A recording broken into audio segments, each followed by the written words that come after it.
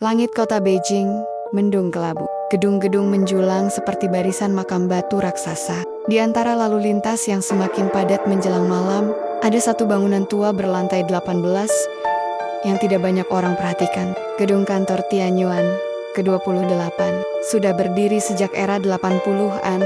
Bangunan ini tetap aktif digunakan sebagai gedung kantor kecil. Walau pencahayaannya remang dan wallpapernya mulai mengelupas di setiap lorong, liftnya sering macet, tapi tidak pernah benar-benar rusak. Seolah mesin tuanya tahu bagaimana caranya terus bekerja. Cukup agar tetap bisa naik turun, tapi tidak cukup untuk membuat siapapun merasa nyaman. Di lantai resepsionis, seorang petugas keamanan wanita bernama Wei Lion duduk sendiri. Dia baru 3 bulan bekerja, shift malam di gedung itu, menggantikan satpam sebelumnya, yang kecilnya tiba-tiba menghilang tanpa surat pengunduran diri. Gaji besar dan jam kerja tenang membuatnya tidak banyak bertanya. Malam itu seperti biasa, hanya ada 3 lantai yang masih aktif. Lantai 5 untuk kantor pengarsipan, lantai 9 untuk lembaga hukum kecil, dan lantai 12 untuk agensi pemasaran. Lantai lainnya kosong, katanya karena renovasi, katanya karena tidak ada penyewa. Tapi Wei Lian tahu dari catatan lama bahwa gedung itu pernah penuh. Bokin lantai 14 pernah jadi ruang hatar dan keuangan, tapi tombol 14 tidak ada di panel lift. Angka 13 pun tidak. Tiba-tiba CCTV menunjukkan lift bergerak sendiri, naik dari lantai dasar ke atas, padahal tidak ada tamu masuk. Layar digital di monitor Wei Lian memancarkan angka 14 EAN. Tidak mungkin. Di sistem lift otomatis tidak ada lantai ke-14. Bahkan di blueprint gedung, ruang antara 13 dan 15 ditandai sebagai area kosong dan tidak dapat diakses. Namun angka itu muncul lagi, 14. Sekejap kemudian, layar jadi hitam. Wei Lion berdiri, ragu-ragu. Ia menatap monitor yang kini hanya menampilkan tulisan putih, "Welcome back." Padahal fan-nya tidak pernah seperti itu sebelumnya. Udara malam terasa lebih dingin dari biasanya. Bahkan teh panas di dalam termosnya terasa dingin saat disentuh. Dari sudut mata, ia melihat sesuatu bergerak. Di ujung lorong belakang, kamera tidak menjangkau ke sana. Itu area lift barat, lift tua yang katanya sudah tidak beroperasi sejak tahun ke-2007. Tapi malam ini, ia mendengar suara ting, suara lift terbuka, dan dari lorong gelap itu, suara langkah pelan terdengar, bukan langkah orang terburu-buru, tapi seperti sepatu hak tinggi. 1, 2, 1, 2. Berjalan perlahan menyusuri lantai marmer tua. Wei Lion memegang senter dan berdiri. Ia merasa perlu mengecek, tapi sebelum sempat melangkah, suara itu berhenti, tepat di depan pintu ruang kontrol tempat ia berada. Tapi lorong itu kosong. Langkah Wei Lion menyusuri lorong barat yang biasanya gelap dan sepi. Ia membawa senter kecil. Sinarnya lemah dan gemetar, seperti tidak mau mengarah ke kegelapan di depannya. Lorong ini jarang dilewati karena lift barat memang sudah lama dinonaktifkan. Dindingnya masih dilapisi wallpaper bercorak bunga kuno. Langit-langitnya lebih rendah, dengan lampu neon tua yang berkedip seperti jantung yang tersengal-sengal. Wei Lian tahu betul, di ujung lorong ini seharusnya hanya ada lift mati dan pintu darurat yang selalu terkunci. Tapi malam ini, ia melihat sesuatu yang tak pernah ada sebelumnya. Sebuah pintu kayu terbuka sedikit. Pintu itu tampak baru, tapi berdebu, dan anehnya, tidak ada nomor ruangan. Hanya plat logam kecil di sisi kanan, dengan ukiran samar, Huang G14. -07. Wei Lion berdiri mematung. Ia tidak pernah mendengar ada ruangan bernomor seperti itu. Pelan-pelan, ia dorong daun pintu yang berderit panjang, seperti suara napas terakhir sebelum mati. Ruangan di dalam gelap, kosong. Hanya ada kursi rotan tua yang menghadap ke dinding. Tapi di dinding itu ada coretan pulpen, bertumpuk, berulang, seolah ditulis setiap hari oleh orang yang terjebak. Saya tidak seharusnya masuk. Saya tidak bisa keluar. Mereka masih di sini. Tolong, senter Wei Lion bergetar di tangannya. Saat ia memutar tubuhnya, Hendak kembali, ia melihat sesuatu di belakang pintu. Lift, tapi bukan lift yang biasa. Lift itu hitam, tidak ada tombol, tidak ada pantulan cermin, tidak ada suara. Hanya terbuka begitu saja, seperti mulut sumur tak berdasar. Wei Lion mundur, tapi sebelum ia sempat melangkah jauh, ia mencium bau sesuatu. Bukan darah, tapi aroma kertas terbakar dan parfum bunga lama yang basi. Dari dalam lift itu, ia melihat siluet seorang wanita. Tubuhnya tegak, mengenakan congsam merah yang pudar. Wajahnya tidak terlihat, karena rambutnya menutupi hampir seluruh bagian depan. Wanita itu tidak bergerak, tidak melangkah, tapi suara hak sepatunya terdengar jelas. Ketuk, ketuk, ketuk. Wei Lion berlari. Ia kembali ke ruang kontrol, menutup semua monitor, menyalakan semua lampu. Tapi tak satu pun CCTV menampilkan lorong barat, seperti baru saja dihapus. Dan di mejanya, ada secari kertas yang tidak ia miliki sebelumnya. Curtis Park, tanggalnya 14 Oktober tahun 1987. Nama pengunjung, Wen Fang. Tujuan lantai 14. Wei Lian tidak tidur malam itu. Matanya terpaku ke layar-layar monitor CCTV. Ia berharap bisa menangkap kembali sosok wanita bercongsam itu, atau sekadar memastikan bahwa apa yang ia lihat hanyalah ilusi kelelahan. Namun sesuatu terasa janggal. Salah satu rekaman dari 2 malam lalu tiba-tiba aktif sendiri. Padahal ia belum menekan tombol apapun. Suara mendesis muncul di speaker. Suara listrik terbakar.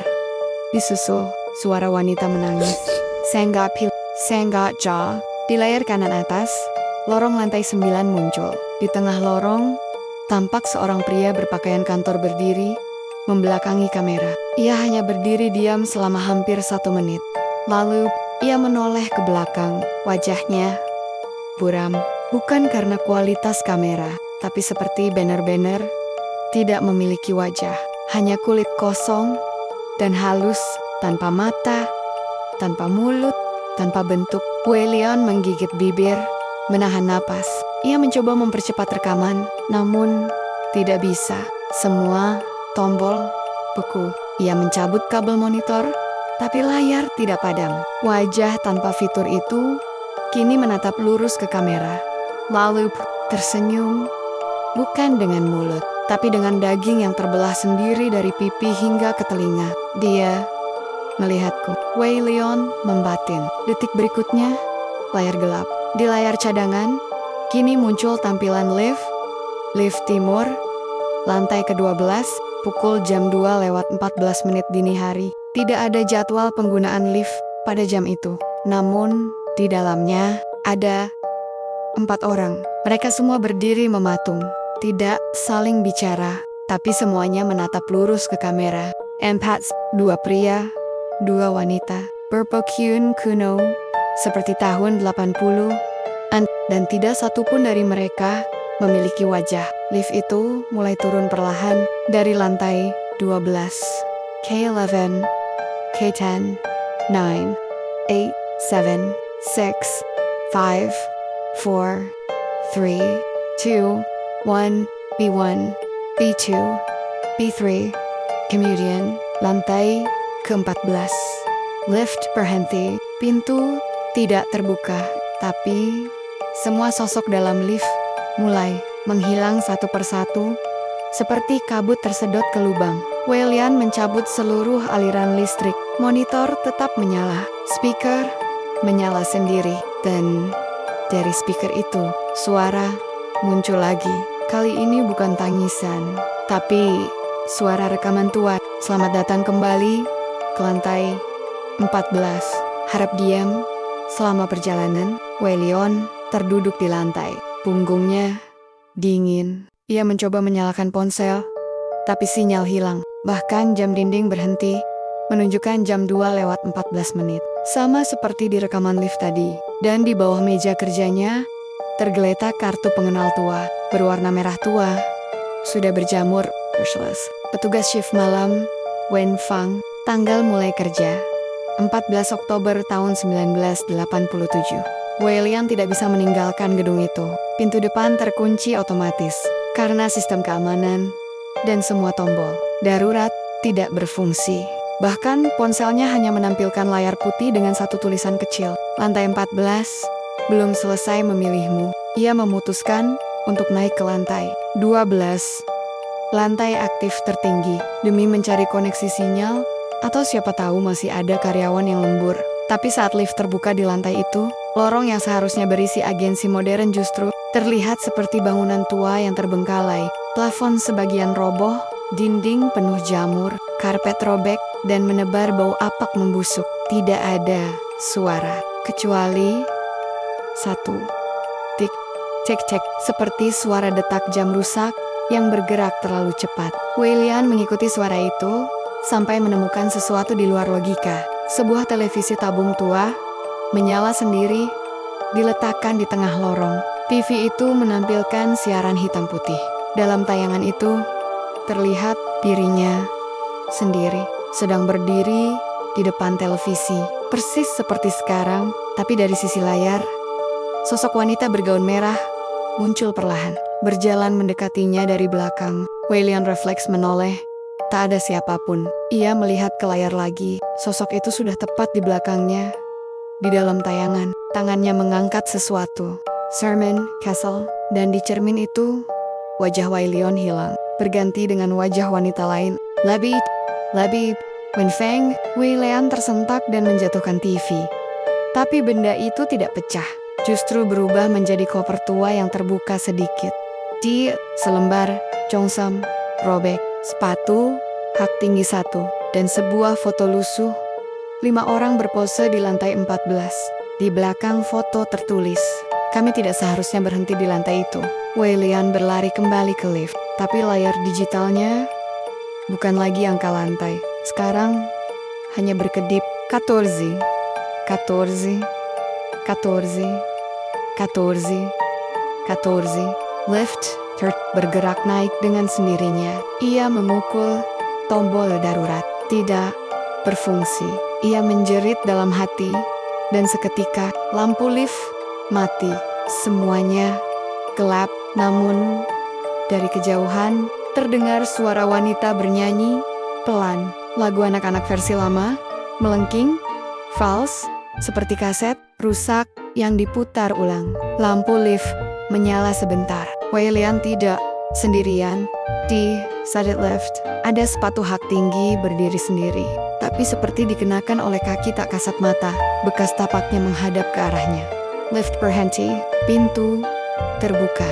Lorong depan kosong. Tidak ada papan petunjuk lantai, tidak ada suara, tidak ada cahaya dari jendela, tapi udara terasa penuh oleh sesuatu yang tidak terlihat. Wei Lian tidak tahu di lantai berapa ia sekarang, tapi di bawah kakinya terukir samar pada lantai marmer. Lorong lantai 14 September di dunia yang terjebak dalam waktu. Lampunya menyala redup kekuningan.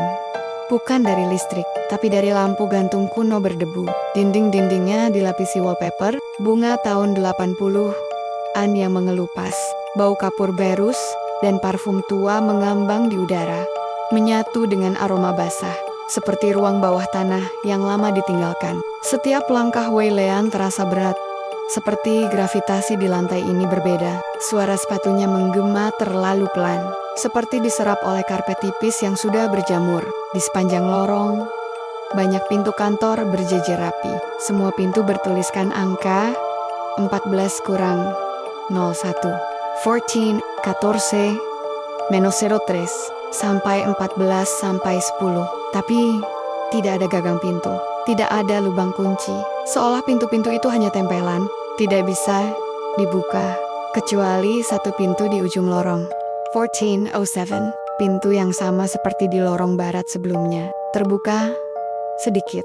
Wei Lian mendorongnya dengan pelan. Ruangan itu kosong, hanya ada meja tua, kursi rotan, dan jam dinding besar tanpa jarum. Di atas meja tergeletak sebuah buku besar bersampul kulit, catatan kehadiran lantai 14. Ia membuka halaman pertama, nama-nama terdaftar rapi. Tanggal kehadiran, tanda, semua tanggal berhenti di bulan Oktober tahun 1987. Halaman terakhir terasa baru, Hanya satu nama di sana, Wei Leon. Shift malam, jam 2:14. Tangannya gemetar. Dan menyadari pantulan di jendela ruangan itu tidak menampilkan dirinya, tapi menampilkan Wen Fang, wanita bergaun merah, berdiri tepat di belakangnya. Wei Lian membalik tubuhnya. Ruangan kosong, tapi jam dinding yang sebelumnya tanpa jarum kini berdetak cepat. Jarumnya berputar mundur. Semakin cepat, semakin tidak wajar. Tiba-tiba, semua pintu kantor di lorong terbuka serempak. Dari tiap pintu, muncul sosok-sosok manusia berpakaian kerja tahun 80-an.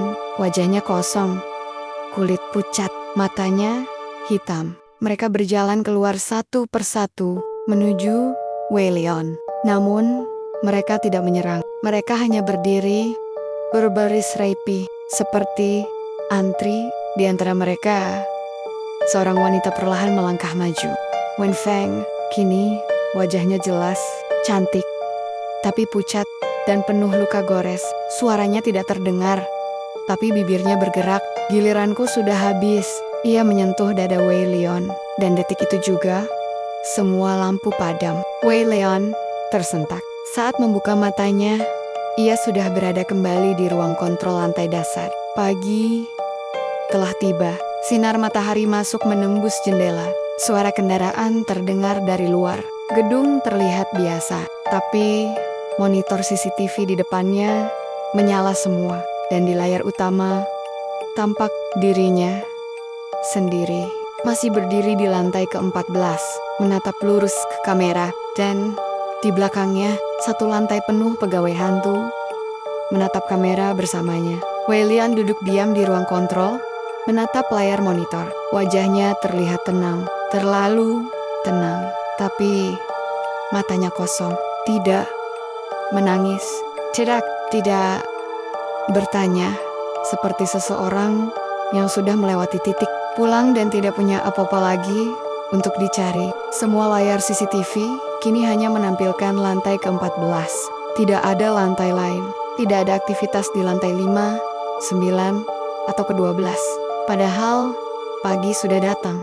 Di layar, sosok Wei Lian yang lain, entah pantulan masa lalu atau salinan roh, masih berdiri di ujung lorong lantai ke-14. Di belakangnya, para pegawai berdiri diam, menghadap ke arah kamera. Wajah mereka kabur, tapi kini di barisan itu ada satu wajah baru. Wei Lian. Satu lagi Wei Lian, berdiri dengan seragam satpam lengkap. Di tengah barisan, menunduk seolah baru saja bergabung. Layar utama tiba-tiba laporan shift malam. Petugas diterima. Layar kemudian berubah. Kini menampilkan daftar rotasi petugas shift. Semua nama tercoret, kecuali satu. Di paling bawah, petugas selanjutnya, Anda. Wei Lian bangkit, berjalan pelan menuju lift. Langkahnya mantap, tidak lagi ragu, seperti seseorang yang sudah ditarik oleh sesuatu yang lebih kuat dari rasa ingin hidup. Lift terbuka tanpa suara.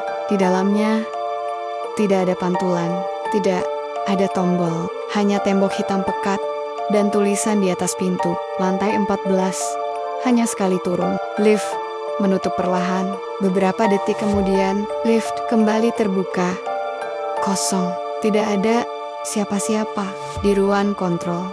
Semua monitor kini mati. Satu persatu lampu gedung padam. Suara kendaraan di luar lenyap. Udara terasa beku. Dan di dinding luar gedung, papan nama yang tadinya bertuliskan Tianyuan Office Tower 28 secara perlahan berubah. Tianyuan Memorial Hall established 1987. Untuk yang tidak sempat turun kembali,